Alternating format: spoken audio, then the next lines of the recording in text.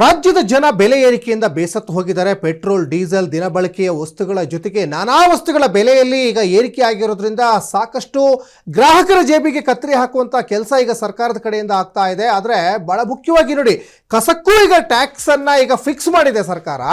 ಕಸದ ವಿಚಾರದಲ್ಲಿ CM DK Shivakumar ಈಗ ಮಾಫಿಯಾದಲ್ಲಿ ಸಿಲುಕಾಕೊಂಡಿದ್ದಾರೆ ಅಂತ ಬಿಜೆಪಿ ವಿಪಕ್ಷ ನಾಯಕ ಆರ್ ಅಶೋಕ್ ಈಗ ವಾಗ್ದಾಳಿಯನ್ನ ಮಾಡ್ತಾ ಇದ್ದಾರೆ. CM DK ಶಿವಕುಮಾರ್ ಆರೋಪಕ್ಕೆ ಒಂದ್ ಕಡೆ ಈಗ ಆರ್ ಅಶೋಕ್ ಈಗ ತಿರುಗೇಟನ್ನು ಕೂಡ ಕೊಟ್ಟಿದ್ದಾರೆ.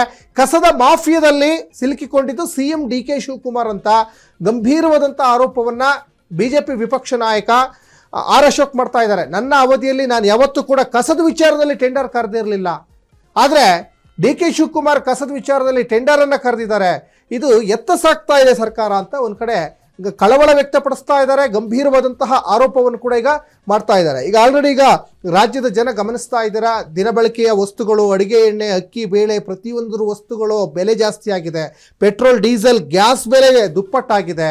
ಹಾಗಾಗಿ ಈ ಎಲ್ಲ ಬೆಲೆ ಒಂದು ಕಡೆ ಆದರೆ ಇವತ್ತು ನೀವು ಕಸಕ್ಕೂ ಕೂಡ ಟ್ಯಾಕ್ಸನ್ನು ಕಟ್ಟಬೇಕಾಗ್ತಿದೆ.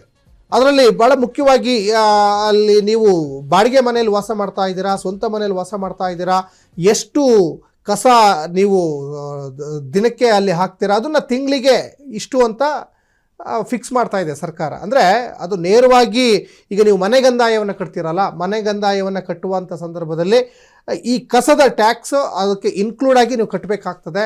ಹಾಗಾಗಿ ಇಂಥ ಸರ್ಕಾರವನ್ನು ನಾವು ಯಾವತ್ತೂ ಕೂಡ ನೋಡಿರಲಿಲ್ಲ. ಕಸಕ್ಕೂ ಟ್ಯಾಕ್ಸ್ ಹಾಕುವಂಥ ಸರ್ಕಾರ ನೋಡಿರಲಿಲ್ಲ.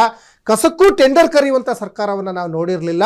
ಕಸದ ಈ ಟೆಂಡರ್ ವಿಚಾರದಲ್ಲಿ, ಈ ಒಂದು ಮಾಫಿಯಾದಲ್ಲಿ DK ಶಿವಕುಮಾರ್ ಸಿಲುಕಾಕೊಂಡಿದ್ದಾರೆ ಅಂತ ಟಾಂಗ್ ಕೊಟ್ಟಿದ್ದಾರೆ ನೇರವಾಗಿಯೇ ಬಿಜೆಪಿ ವಿಪಕ್ಷ ನಾಯಕ ಆರ್ ಅಶೋಕ್.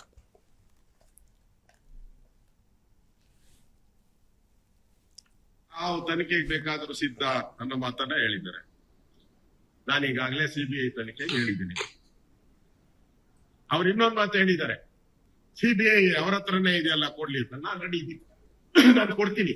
ಪರ್ಮಿಷನ್ ಕೊಡೋರು ಯಾರು? ರಾಜ್ಯ ಸರ್ಕಾರ ಕೊಡ್ಲೇಬೇಕು.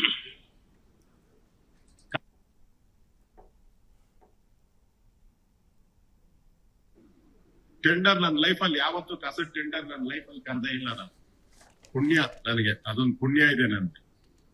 ನಾನು ಯಾವತ್ತೂ ಕಸದ ಟೆಂಡರ್ ಕರೆದೋನೇ ಅಲ್ಲ. ಕಸದ ಟೆಂಡರ್ ಕರೆದಿರೋರು ನೀವು. 39,000 ಕೋಟಿ ಬೆಂಗಳೂರಿಗೆ ಜನಗಳ ಮೇಲೆ ಹೊರೆ ಹಾಕಿ ಆ ಮಾಫಿಯಾಗೆ ಸಿಕ್ಕಾಕೊಂಡಿರೋರು ನೀವು.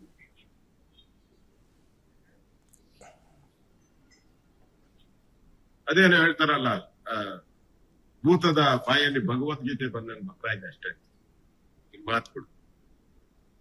ಹಾಗಾದ್ರೆ ನಾನು ಇನ್ನೊಂದು ಮಾತು ಹೇಳಿದ್ದಾರೆ, ಏನೋ ಯಾವ ತನಿಖೆಗೆ ಬೇಕಾದರೂ ಸಿದ್ಧ ಅನ್ನೋ ಮಾತನ್ನ ಹೇಳಿದ್ದಾರೆ.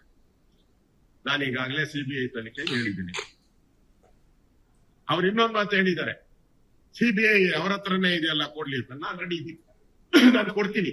ಪರ್ಮಿಷನ್ ಕೊಡೋರು ಯಾರು? ರಾಜ್ಯ ಸರ್ಕಾರ ಕೊಡ್ಲೇಬೇಕು. ಟೆಂಡರ್ ನನ್ನ ಲೈಫಲ್ಲಿ ಯಾವತ್ತೂ ಕಸದ ಟೆಂಡರ್ ನನ್ನ ಲೈಫಲ್ಲಿ ಕರೆದೇ ಇಲ್ಲ. ನಾನು ಪುಣ್ಯ, ನನಗೆ ಅದೊಂದು ಪುಣ್ಯ ಇದೆ ನನ್ಗೆ. ನಾನು ಯಾವತ್ತೂ ಕಸದ ಟೆಂಡರ್ ಕರೆದೋನೇ ಅಲ್ಲ.